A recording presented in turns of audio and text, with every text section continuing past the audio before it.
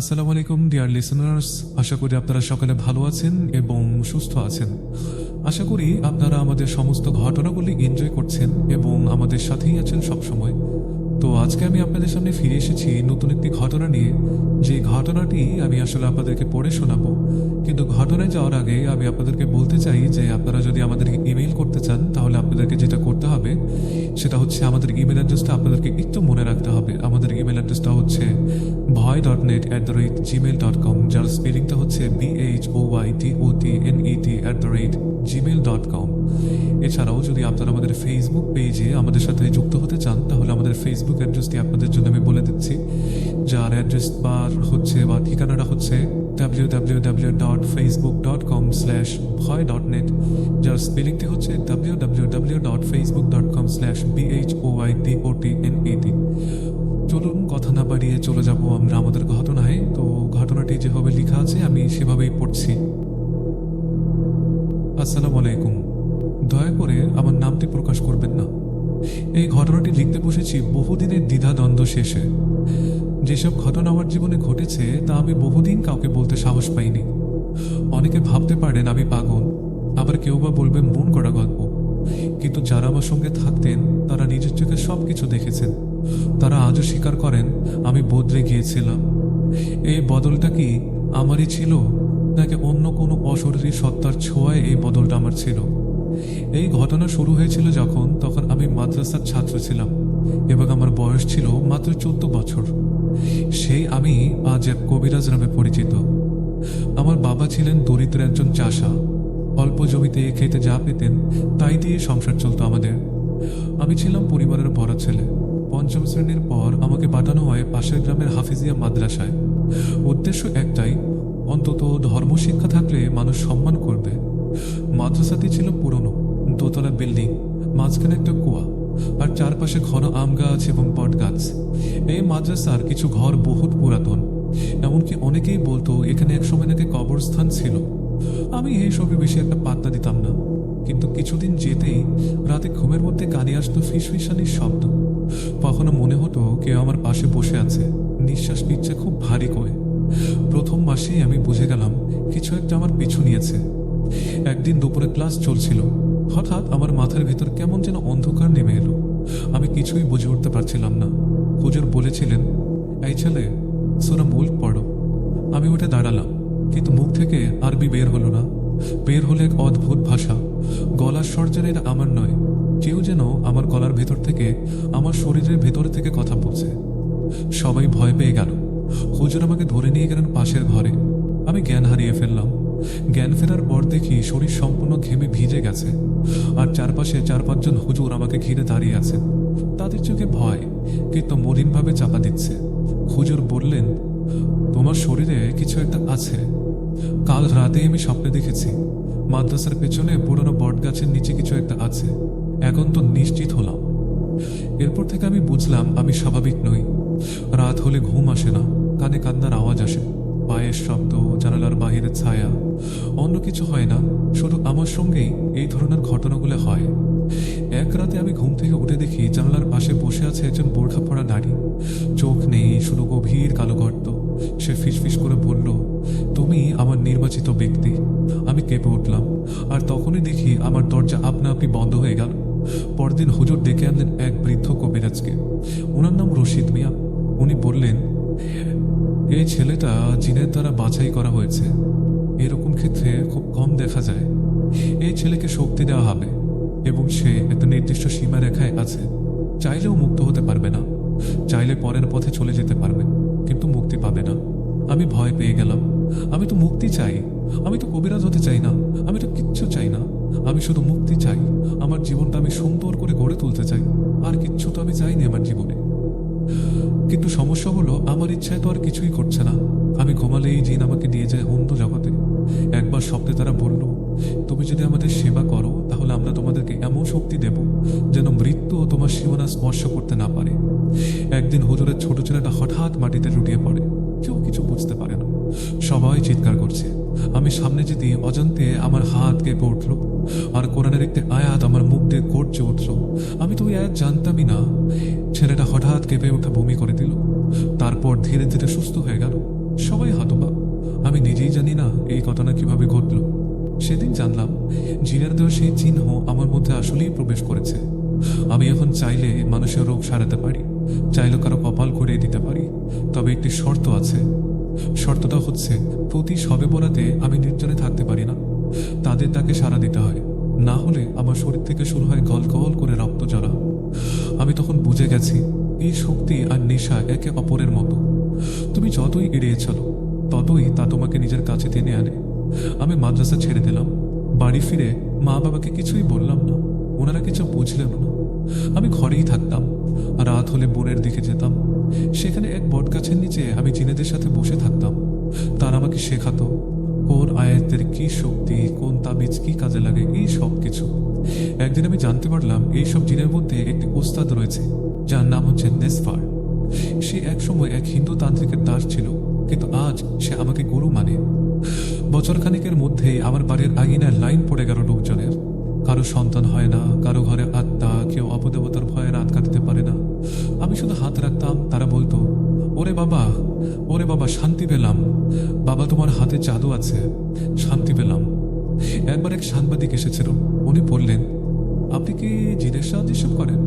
আমি মুচকি এসে বললাম, আমি যা করি তা আমার শিক্ষকের নির্দেশে। আপনি আমার শিক্ষককে দেখেননি, কিন্তু সে সব কিছু দেখে। এখন আমি এক কবিরাজ নামে পরিচিত, কিন্তু আমার এই যাত্রা শেষ কোথায় তা আমি নিজেও জানি না। জিনেদের দেওয়া শক্তি যেমন উপকারে লাগে, তেমনি প্রতিশোধও নেয় ওরা। পরবর্তীতে বলবো কিভাবে এক রাতের মধ্যেই আমার নিজেকে আমি হারিয়ে ফেলি, কিভাবে আমার জীবনে আসে এক ভয়ানক প্রতিশোধ, আর কেমন করে আমার সেবায় থাকা জিন একসময় হয়ে ওঠে আমার সব থেকে বড় শত্রু। মাদ্রাসা ছেড়ে আসার পর আমার যাত্রা বেশ গোপনীয়ভাবে চলছিল। গ্রামের মানুষ আমাকে সাধু ছেলের মতো শ্রদ্ধা করতে শুরু করে, অথচ আমি নিজেই জানতাম এই জাদুকরী শক্তি আমার নিজের নয়। প্রতি রাতে নির্দিষ্ট সময় হলে আমি যেন অন্য কারো হয়ে উঠতাম। গলার স্বর পাল্টে যেত, শরীরের তাপমাত্রা বেড়ে যেত, এমনকি আয়না তাকালেও নিজের চোখকে আমি চিনতে পারতাম না। প্রথম বছরেই আমি কবিরাজ নামে পরিচিত হয়ে উঠি। যারা বহু জায়গায় ঘুরে আশাহত হয়ে ফিরত, তাদের জন্য আমি ছিলাম আশ্রয়ের একজন শেষ মানুষ। কিন্তু প্রতিটি সফল ঝাড়ফুঁকের পেছনে একটি মূল্য, একটি চুক্তি পরিশোধ করতে হয়, যা ছিল আমার রক্ত, আমার নিঃসঙ্গতা এবং আমার আত্মা।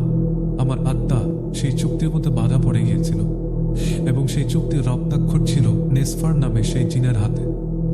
এক রাতে হঠাৎ করে দরজার নিচ দিয়ে একটি ভাঁজ করা চিঠি ঢুকলো আমার ঘরে। কেউ ছিল না বাইরে। চিঠিতে লেখা, তোমার শিক্ষা শেষ হয়নি, কাল রাত 3টায় পুরনো শ্মশান ঘাটে এসো। নিয়ে এসো এক পোটলা লাল রঙের কাপড়, যার মধ্যে থাকবে একটি পাখির কলিজা, একটি শিশুর দুধদাঁত আর তোমার নিজের ছায়া। আমি স্তব্ধ হয়ে যাই। ছায়ার ছায়া? এ আবার কি? আমার নিজের ছায়ার ছায়া মানে কি? আমি না চাইলেও পরের দিন রাতের বেলা ভয় আর অজানা এক টানে শ্মশান ঘাটে চলে যাই। সেখানে নেসফার আগে থেকেই উপস্থিত ছিল। তার চারপাশে আরো 3টি সত্তা, মুখ নেই, চোখ নেই, শুধু চলন্ত ছায়া। তারা বলল, আজ থেকে তুমি কবিরাজ নও, তুমি আমাদের মাধ্যম। যাদের শরীরে আমরা ঢুকতে চাই, তাদের আমরা তোমার মাধ্যমে বাঁচব। আমি তখন না বলার সাহস করলাম না। এরপর আসে সেই রাত যা আমার জীবনের মোড় ঘুরিয়ে দেয়। এক গর্ভবতী নারী এসে আমার বাড়িতে, মুখে কালো দাগ, চোখ লাল। ওনার স্বামী বলেন, বাচ্চা পেতে আসার পর থেকেই ওর ভেতরে কেউ যেন ঢুকে গেছে হুজুর। রাতের বেলা বাচ্চা নিজে নিজে নড়তে থাকে, আর ও বলে, আমি ওর মা না। আমি এই নারীকে দেখতে না চাইলেও নেসফার জোর করে আমার মাথায় ঢুকিয়ে দেয়, এই নারীকে ধরো, সে একটা পথ। আমি ঝাড়ফুঁকের ভান করে একটা আয়না তার সামনে ধরলাম। আয়নাতে আমি দেখলাম সেই নারীর পেটের ভেতর একটা সাদা রঙের অদ্ভুত বাচ্চা করে বেড়াচ্ছে, যার পা নেই, শুধু তীক্ষ্ণ দাঁত আর চোখ করে যেন আগুনের লাল শিখা। আমি ভয়ে কেঁপে উঠি। তখন নেসফার বলল, বাচ্চাটি আমাদের প্রথম সন্তান, সে হবে এক নতুন যুগের বাহক। গ্রামে তখন এক বৃদ্ধ ব্যক্তি ছিলেন, খোরশেদ চাচা। তিনি সব জানতেন, হয়তো অনেক কিছু বেশিই জানতেন। তিনি এসে একদিন সরাসরি বললেন, এই ছেলে, তুই যা করছিস না তা মানুষের কাজ না। তুই শক্তি পেয়েছিস ঠিকই আছে, কিন্তু একদিন এই শক্তি তোর শরীর গলিয়ে ফেলবে। যে আগুনে অন্যের আত্মা পোড়াস, সে আগুনে একদিন তোর ভেতরে ঢুকবে, তোর আত্মা পড়বে। থাম ছেলে, এখানেই থাম। আমি হেসে বললাম, চাচা, আমি তো কারো খারাপ করছি না। তিনি মুচকি এসে বললেন, খারাপ না করলেও যারা তোকে চালাচ্ছে তারা কিন্তু খারাপ করছে। সে রাতেই চাচার মৃত্যু হয়। কেউ বলেন হার্ট অ্যাটাক, কিন্তু আমি জানি সে রাতে নেসফার আমার ঘুমের মধ্যে ফিসফিস করে পড়েছিল। প্রথম বাধাকে সরিয়ে দিলাম। এরপর থেকে আশেপাশে ছড়িয়ে পড়তে থাকে গুজব। নাকি আমি রাতের বেলায় বাড়ি থেকে বের হয়ে যাই, কারো ঘরের ছাদে ছায়া হয়ে দাঁড়িয়ে থাকি, কারো জানালার নিচে বসে থাকি। আমি নিজেই কিছু মনে করতে পারতাম না। একদিন এক মা কাঁদতে কাঁদতে এসে আমাকে বললেন, আমার বাচ্চা হারিয়ে গেছে কবিরাজ, আপনি একটু চেষ্টা করে দেখুন তো ওকে খুঁজে পান নাকি। দয়া করুন আমার উপরে, আল্লাহর রস্তে দয়া করুন। আমি আয়না নিয়ে ডাক দিলাম, নেসফার বলো তো বাচ্চাটা কোথায়? ঘরের বাতাস হিম হয়ে গেল। আয়নায় ভেসে উঠল এক খালি মাঠ, তার মাঝে একটা গর্ত, আর সেই গর্তে শোনো বাচ্চার শরীর নিথর। আমি কেঁদে ফেললাম, কিন্তু কিছুই করতে পারিনি। নেসফার বলছিল বাচ্চাটি তোমার দেওয়া ছিল, তুমি জানতে না, কিন্তু আমাদের হিসেবেই সে গিয়েছিল। এখন সে আমাদের পিশাচী নারীর সন্তান হয়ে উঠবে। এরপর এক রাতে আমার ঘরের সামনে আগুন ধরে যায়, কিন্তু সেই আগুনে কিছুই পড়ে না, শুধু একটা শব্দ বারবার ভেসে আসে, তোমার সময় শেষ হতে চলেছে। সেই রাতে আমার শরীরে শুরু হয় অদ্ভুত রকমের দাগ পড়া, পিঠে খোঁচা খোঁচা অক্ষর, যার কোনো ভাষা আমি জানি না। ধার করি আয়নায় দেখি সেখানে লেখা, তুমি আমাদের সঙ্গে প্রতারণা করেছ। নেসফার আর আসছে না, বরং প্রতিদিন আসে একটা ছায়া। সে আমাকে বলে, তুমি মুক্তি চাইছো? তবে আগে তুমি কেড়ে নিয়েছো যার নিষ্পাপ আত্মা, তাদের আত্মা ফেরত দাও, নয়তো একদিন নিজের ছায়াও হারাবে তুমি। সেই রাতের পর থেকে আমি জীবনে যেন সবকিছু বদলে যেতে দেখলাম। যে মানুষগুলো একসময় আমার পায়ের ধরে নিত, তারাই এখন আমার বাড়ির সামনে দিয়ে পা টিপে টিপে হেঁটে যায়। কেউ আমার চোখের দিকে চোখ রাখে না, কেউ আর সালামও দেয় না। আমি বুঝে গিয়েছিলাম নেসফার এখন আমাকে ছেড়ে চলে গিয়েছে, এবং আমি যে ক্ষমতা ভেবেছিলাম আমার, তা আদতেও আমার ছিল না, যা ছিল একটা ঋণ। একদিন সকালে ঘুম থেকে উঠে দেখি চৌকাঠে সাদা কাপড়ে মোড়া কিছু একটা রাখা। খুলতেই দেখি একটা কাঠের বাক্স, ভেতরে একটা শিশুর পোড়া হাত, আর মুখে একটা লাল তাবিজ গোজা। এক চিরকুটে লেখা, তুমি যার আত্মা নিয়েছ সে ফেরত চায় তার মাকে। আমি ঠিক বুঝে উঠতে পারছিলাম না এটা কার কাজ, কিন্তু ভয় চেপে বসেছিল আমার হাড়ে। সেই ঘটনার এক সপ্তাহের মাথায় ঘটে ঘটে এমন কিছু, এমন বাস্তব এবং আমার প্রত্যক্ষ খারাপ। একদিন বিকেলে একজন লোক এলো তার স্ত্রীর সমস্যা নিয়ে। আমি সব নিয়ম মেনে ঝাড়ফুঁক শুরু করলাম, কিন্তু হঠাৎ সে নারী আমার দিকে তাকে অট্ট হাসি দিয়ে পড়ল, তোর তাবিজ আর কিচ্ছু হবে না ছেলে, আমি জানি তুই রাতে কোথায় যাস, কার সামনে হাঁটু গেড়ে বসিস। তারপর সে এক লাফে আমার গলার কাছে ঝাঁপিয়ে পড়ে। লোকজন চিৎকার করে তাকে ধরে ফেলে। এই দৃশ্য সামনে থাকা একজন মেম্বার মোবাইলে ভিডিও করে ফেলে, এবং সেটা সামাজিক যোগাযোগ মাধ্যমে ছড়িয়ে যায় কবিরাজের আসল চেহারা উন্মোচন নামে। এরপর আর কেউ আসতো না আমার কাছে, যারা আসতো তারাও ভয় পেত। আমার ঘরের সামনে দিয়ে গেলে মানুষ থুতু ছিটিয়ে যেত এবং বলতো জিনের দালাল। এই সময় আরো একটি নতুন পাক আসে। এক রাতে হঠাৎ দেখি ঘরের মধ্যে ছায়া জমেছে, ধোঁয়া জমেছে, জানালা বন্ধ, দরজাও বন্ধ, তাও ধোঁয়া। আমি দম বন্ধ হয়ে যাওয়ার আগেই দেখি দরজায় দাঁড়িয়ে আছে এক বুড়ো, মুখ পুড়ে গলে যাওয়া, চোখ নেই, দাঁত ভাঙা। সে বলল, চিনতে পারলি না তো ছেলে? আমি রশিদ মিয়া, যে তোকে শুরুতে দেখেছিল। তোর জন্য আমি মরেছিলাম, আজ তোকে নিতে এসেছি। আমি ভয়ে চিৎকার করে উঠি, কিন্তু কেউ আসে না।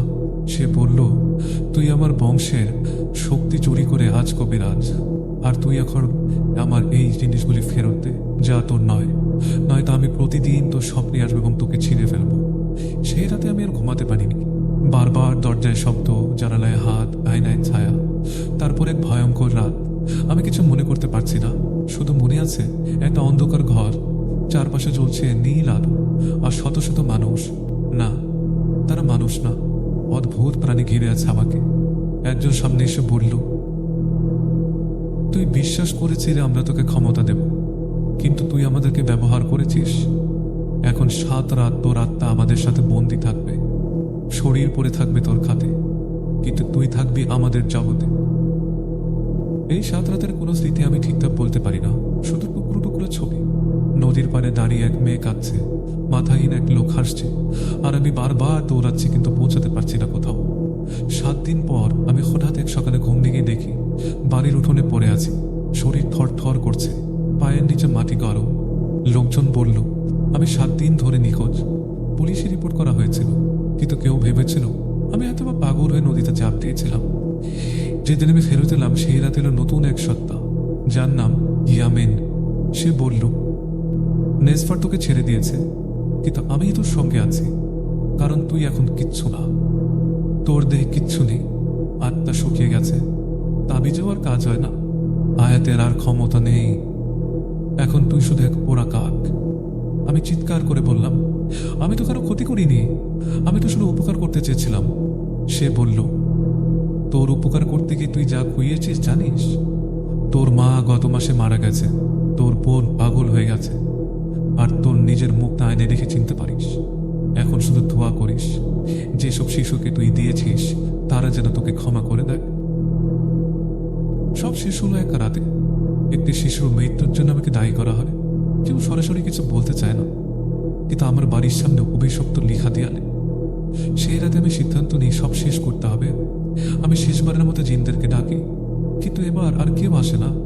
শুধু বাতাসের মতো একটা ফিসফিসানি শব্দ আমার কানে ভেসে আসে, আমরা তো সময় শেষ করলাম, তুই এখন কারো না, না মানুষের, না জিনের।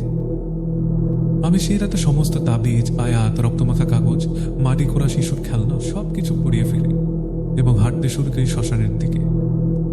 আমার একটা নাম ছিল এক সময়, আমি মাদ্রাসার ছাত্র ছিলাম। আমি চেয়েছিলাম মানুষের ভালো করতে, কিন্তু ভুল করে ফেলি একটা চুক্তি করি অশরীরীদের সঙ্গে। আজ আমি কোথায় আছি সেটা আপনি জানবেন না, শুধু জানবেন কখনো এমন কিছু চাইবেন না যা আপনার নয়। কারণ একবার যদি জিন যা চায় তা পেয়ে যায়, তাহলে আপনাকে সে কিচ্ছু ফিরিয়ে দেবে না। এই ছিল আমার ঘটনা। আমার জন্য সকলে দোয়া করবেন। আসসালামু আলাইকুম। থ্যাংক ইউ ডিয়ার লিসনার্স, আপনার ঘটনা আমার কাছে খুবই ভালো লেগেছে। আমি এই কারণে ঘটনাটি আপনাদের সকলের সাথে শেয়ার করলাম। আপনারাও যদি আপনাদের ঘটনা আমাদের কাছে পাঠাতে চান, তাহলে আপনাদেরকে যেটা করতে হবে সেটা হচ্ছে আমাদের ইমেল অ্যাড্রেসটা আপনাদেরকে একটু মনে রাখতে হবে। যে ইমেল অ্যাড্রেসটার ঠিকানা হচ্ছে boy.net@gmail.com। যার স্পেলিংটা আমি বলে দিচ্ছি, BHOYDOTNET@gmail.com। যারা এখন আমাদের চ্যানেলটিকে সাবস্ক্রাইব করেননি তারা দয়া করে সাবস্ক্রাইব করে দিবেন, এবং যদি আমাদের ঘটনা আপনাদের ভালো লেগে থাকে তাহলে লাইক বাটনটি চাপ দিবেন এবং কমেন্টে জানাবেন আমরা আমাদের চ্যানেলের জন্য কি ইমপ্রুভ করতে পারি, বা আপনারা আমাদের কাছ থেকে কী ধরনের কন্টেন্ট আশা করছেন। কথা হবে নতুন কোনো ঘটনা নিয়ে নতুন কোনো দিনে। ততদিন পর্যন্ত ভালো থাকুন, সুস্থ থাকুন, আমাদের সাথে থাকুন। ভয়.com থেকে আমি আরজে রেইন সাইনিং অফ। আসসালামু আলাইকুম।